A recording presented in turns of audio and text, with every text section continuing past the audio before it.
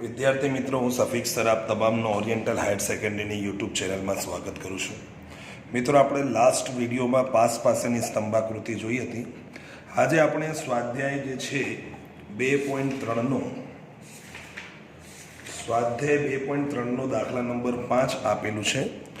જેમાં એવું લખ્યું છે કે કોઈ બે અલગ અલગ વિસ્તારમાં રહેતી વ્યક્તિઓની ઉંમર વિશે નીચે પ્રમાણેની માહિતી મળે છે અને તેને યોગ્ય આકૃતિમાં રજૂ કરો.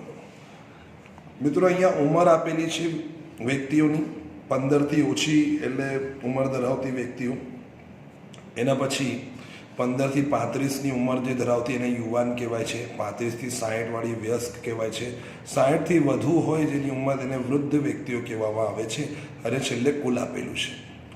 તો સૌપ્રથમ એ પ્રશ્ન થાય છે કે જ્યારે આવી કોઈ માહિતી હોય, કેટલીક વાર અહીંયા કુટુંબ આપેલું હોય, કુટુંબ એ, કુટુંબ બી, અને કુટુંબ એ પાછળ જો કોઈ ખોરાક હોય, કાપડ હોય, બળતણ હોય કે પછી અન્ય ખર્ચ જે થતા હોય એની માહિતી આપવામાં આવે અને એમ કે યોગ્ય આકૃતિમાં દોરો એટલે રજૂ કરો, તો સૌપ્રથમ આવી માહિતીને આપણે વિભાજિત સ્તંભાકૃતિ બનાવવાની.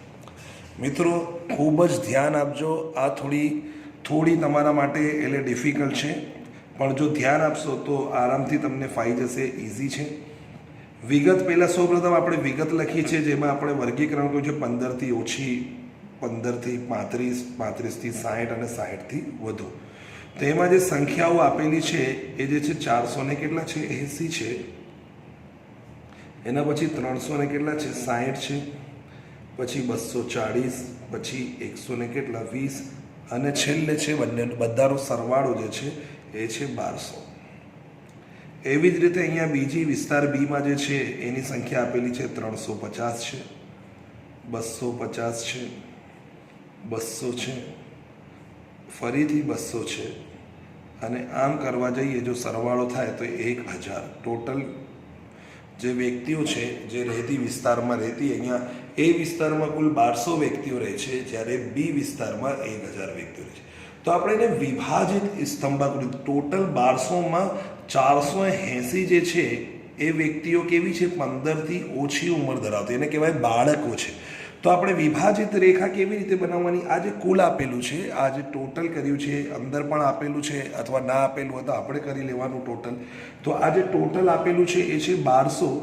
તો 1200માંથી સૌ પ્રથમ અહીંયા 480 છે એ બાદ કરી દેવાના. આ 480 શું કરવાનું? 1200માંથી આજે પહેલાં જે છે 480 એ બાદ કરી દો એટલે આવશે 700 ને કેટલા આવશે 20. પછી આ 720 અહીંયા લખવાના.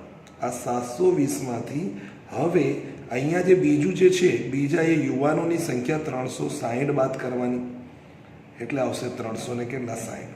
પછી આ 360 જે છે એમાંથી આપણે આ વયસ્કની સંખ્યા એટલે 240 બાદ કરવાની એટલે કેટલા આવશે 100 ને. પછી મિત્રો નહીં કરવાની, પછી હંમેશા 0 થઈ જાય. 120 માઇનસ 120 એટલે 0 સુધી છે, એટલે આપણે છેલ્લામાં 0 આવી જાય એટલે કરવાની નહીં. 120 આ કેવી આવી જશે? સંખ્યા સરખી આવી જશે, એટલે પણ છેલ્લામાં આવી રીતે વિભાજિત કરવાનું નહીં. એ જ રીતે હવે અહીંયા કરીશું. અહીંયા પણ કુલ રહેતી વ્યક્તિઓની સંખ્યા છે 1000, એટલે 1000માંથી આપણે શું કરવાનું? માઇનસ પહેલી જે સંખ્યા છે બાળકોની 350 એ બાદ કરી દઈશું એટલે 600 ને કેટલા આવશે 50. હવે એ 650માંથી બીજી સંખ્યા જે છે યુવાનોની 250 બાદ કરી દઈશું એટલે આવશે 400. પછી આ 400માંથી આ 200 બાદ કરી દઈશું એટલે આવશે કેટલા 200. અને પછી ના કરતા, કારણ કે બંને સંખ્યા સરખી આવી જશે. જો 200 માઇનસ 200 કરશો તો શું આવશે? 0. આવી રીતે આ વિભાજિત રેખા માટે આપણે આવી રીતે શોધવાનું છે. આની ગણતરી છે અને બાજુના પેજ પર હું હવે તમને વિભાજિત સ્તંભાકૃતિ કેવી રીતે બને છે એ માટે મેં પહેલાં એક્સ અક્ષ દોરી નાખી છે. એક્સ ડેશ, આ વાય ડેશ છે, અહીંયા 0, અહીંયા છે વાય. તો મિત્રો, આપણી પાસે બે વિસ્તાર છે અને જો વિસ્તાર એમાં જો તમે ટોટલ સંખ્યા જોઈ શકો છો તો વિસ્તાર એની ટોટલ સંખ્યા છે 1200. એવી જ રીતે તમે વિસ્તાર બીમાં સંખ્યા જોઈ શકો છો તો એમાં રહેતી વ્યક્તિઓની સંખ્યા છે કેટલી? ટોટલ 1000 છે. એટલે આપણે શું કરવાનું? સૌ પ્રથમ કે આપણે મેક્સિમમ કેટલા છે? તો મેક્સિમમ 1200 છે. એટલે આપણે અહીંયા વિસ્તારમાં રહેતી વ્યક્તિઓ, એક્સ અક્ષ પર આપણે લખીશું વિસ્તાર, એક્સ એક્સિસ પર આપણે શું લખીશું? વિસ્તાર. અને વાય એક્સિસ પર શું લખીશું? વાય અક્ષ પર આપણે વિસ્તારમાં રહેતી વ્યક્તિઓની સંખ્યા,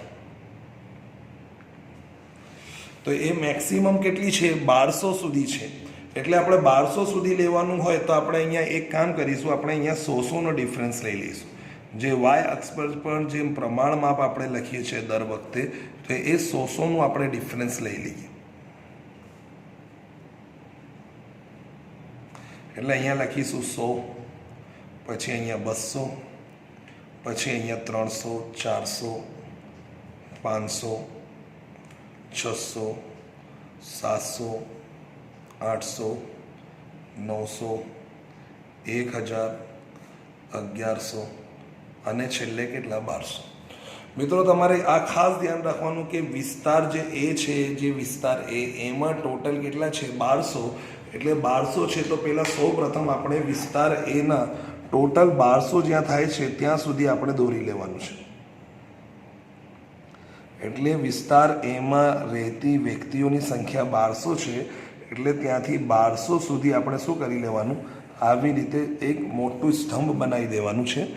અને એની અંદર હવે પેટા વિભાગમાં કોણ કોણ રહે છે એની માહિતી આપણે દર્શાવવાની છે. તો આ છે 1200 સુધી થઈ ગયું છે. આ જ્યારે વિભાગ બી તમે જુઓ છો કે વિભાગ બીમાં ટોટલ જે વ્યક્તિઓની સંખ્યા છે એ 1000 છે. એટલે આપણે વિસ્તાર બી જે છે એને 1000 સુધી આપણે દોરી લેવાનું છે. સૌપ્રથમ આવી જેટલી પણ ટોટલ સંખ્યા હોય ત્યાં સુધી તમારે પહેલાં માહિતી કરી લેવાની. અને એના પછી હવે આને લખી નાખવાનું. આ છે વિસ્તાર એ છે આપણી પાસે, અને આ જે છે એ શું છે? વિસ્તાર શું છે? બી છે. હવે જો આપણે આમ જોઈએ તો 480 શું છે? બાળકો છે. શું છે મિત્રો? બાળકો. તો આપણે ગણવું પડે 100, 200, 300, 400 અને પછી 80. એટલે જો આવી રીતે ગણતરી ના કરવી હોય તો તમને સરળતા ખાતર આ એક ગણતરી છે જે આપણે અત્યારે સુધી શીખ્યા છે કે આપણે અહીંયા 480 ઓછું ના કરવું હોય તો ત્યાં 720 આવે. વિસ્તાર એમાં જ્યાં 720 આવે ત્યાંથી એક લાઈન, આડી લાઈન ખેંચી દેવાની 720ની ઉપર. મિત્રો આ 700 છે અને આપણે 720 પર ખેંચવાની છે. એટલે અહીંયા જ્યારે તમે ગ્રાફમાં જોશો તો અહીંયા 10 લાઈન હશે નાની નાની, એમાં 2 નંબરની લાઈન પર, એટલે બીજા પરથી અહીંયા આડી લાઈન, ક્રોસ લાઈન તમારે ખેંચી લેવાની. તો આ થઈ ગયું આપણે શું છે? બાળકોની સંખ્યા. આટલા બાળકો છે અહીં સુધીના. એના પછી જો તમે જોશો તો 360 છે. એટલે 360થી લાઈન દોરવાની. અહીંયા જ્યાં 360 આવતા હોય તો 300 અને 400ની એક્ઝેક્ટ વચ્ચે શું આવશે? 350. પણ આપણે છેક થોડીક આગળ આપણે 6 નંબરની આપણે લાઈન હશે 1 સેમીમાં. તો 1 સેમીમાં અહીંયા 6 નાની નાની લાઈન હોય છે, ત્યાંથી તમારે 1, 2, 3, 4, 5, 6 સુધી, એટલે 360 જ્યાં હોય ત્યાંથી આવી લાઈન ખેંચી લેવાની.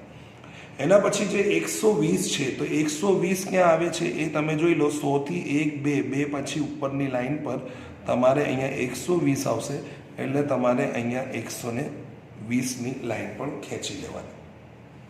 આ જે લાઈન ખેંચો એમાં તમારે અલગ અલગ ડિઝાઇન કરી દેવાની છે, કારણ કે આટલા બાળકો છે, એના પછી આટલા યુવાનો છે, પછી અહીંયા આટલા વયસ્ક છે ને આ વૃદ્ધોની સંખ્યા છે. તો આપણે એને જુદા પાડવા માટે આપણે કોઈ એટલે ડિઝાઇન કરી દેવાની છે. તો પહેલામાં હું આપણે ક્રોસ લાઈન કરી દઉં છું.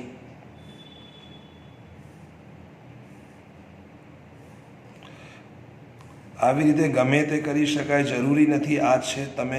તમને જે ગમતી હોય એ ડિઝાઇન તમે દોરી શકો છો.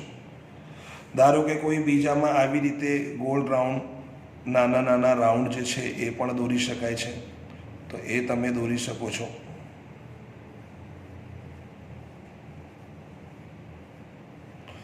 કોઈ ધારો કે ઈચ્છે આવી રીતે ક્રોસ કરવું હોય તો આવી રીતે ક્રોસ કરી શકાય છે.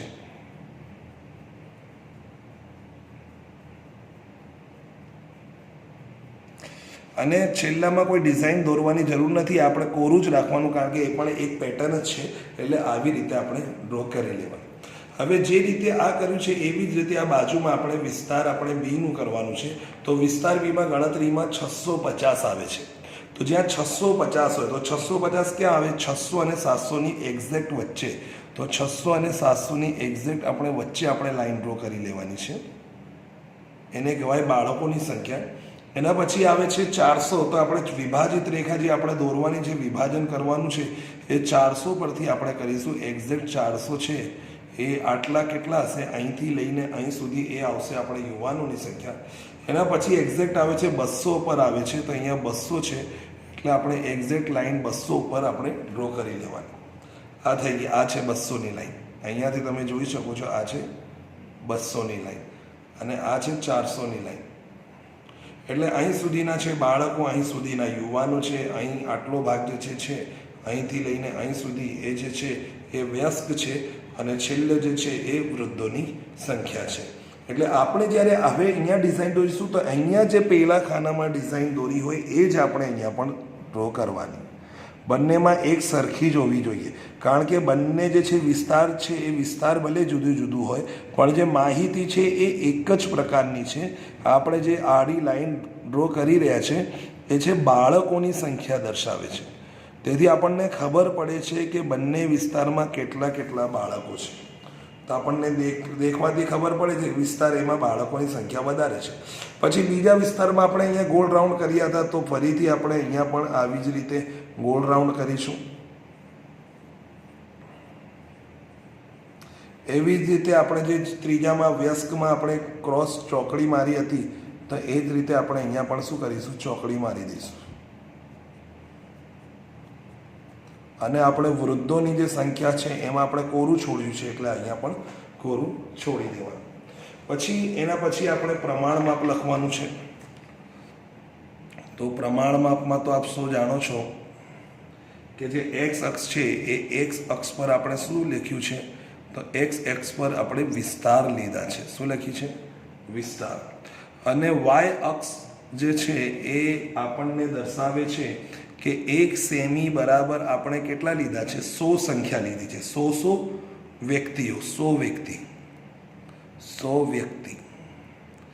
અને એવી જ રીતે હવે જે ભાગ પાડ્યા છે આપણે 4 ભાગ છે એનું પણ આપણે વર્ગીકરણ અંદર દર્શાવવું પડશે. આપણે એ પણ આપણે દર્શાવવાના છે. અને જે વર્ગીકરણમાં જે ડિઝાઇન છે એ જ તમારે દોરવાની છે. પહેલામાં આડી છે એટલે આડી ક્રોસ લાઈન કરવાની. બીજામાં આપણે ગોળ રાઉન્ડ છે એટલે રાઉન્ડ કરી દેવાના છે. ત્રીજામાં આપણે ચેકડી છે એટલે ચેકડી કરી દેવાની છે. અને ચોથું આપણે કોરું રાખ્યું છે. તો આ કોરું તો આ કઈ દર્શાવે છે એટલે નિશાની શું દર્શાવે છે એ આપણે લખવાનું છે.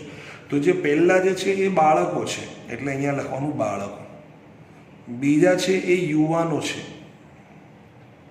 જેની ઉંમર છે 15 થી 35. એના પછી છે વયસ્ક, વયસ્ક લોકોની સંખ્યા છે. અને અહીંયા છે વૃદ્ધ, તો વૃદ્ધો.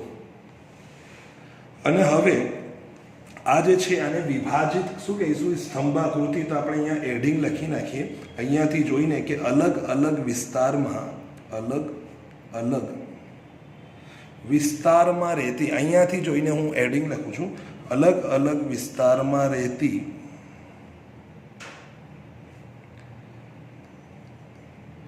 વ્યક્તિઓની ઉંમર વિશેની માહિતી, ઉંમર વિશેની માહિતી દર્શાવતી વિભાજિત સ્તંભાકૃતિ છે. વિભાજિત સ્તંભાકૃતિ છે.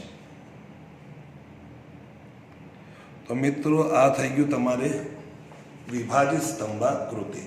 આ પ્રશ્ન છે દાખલા નંબર 5 છે એ અલગ અલગ કેટલીક વાર અહીંયા કુટુંબ આપેલા હોય એમાં ખોરાક, બળતણ, ભાડું, પરચુરણ આવી રીતે માહિતી આપેલી હોય તો આ વિસ્તાર આપવાના. પણ મિત્રો ખાસ બાબત અહીંયા એ છે કે અહીંયા એકમાં સંખ્યા વધુ છે, એકમાં ઓછી છે. તો જેની વધુ સંખ્યા હોય વિસ્તાર એની તો એમાં એ ટાવર સ્વરૂપે દર્શાવાય છે. આમાં એવું બિલ્ડિંગ સ્વરૂપે કે આ મોટું હોય, આ 1200 સુધીનું હોય અને આ કેટલું હોય? 1000 સુધી. કેટલીક વાર અહીંયા ટકાવારીવાળું પણ વિભાજિત સ્તંભાકૃતિ આવે છે તો એ આપણે પછી આપણે જોઈશું. ત્યાં સુધી માટે બાય.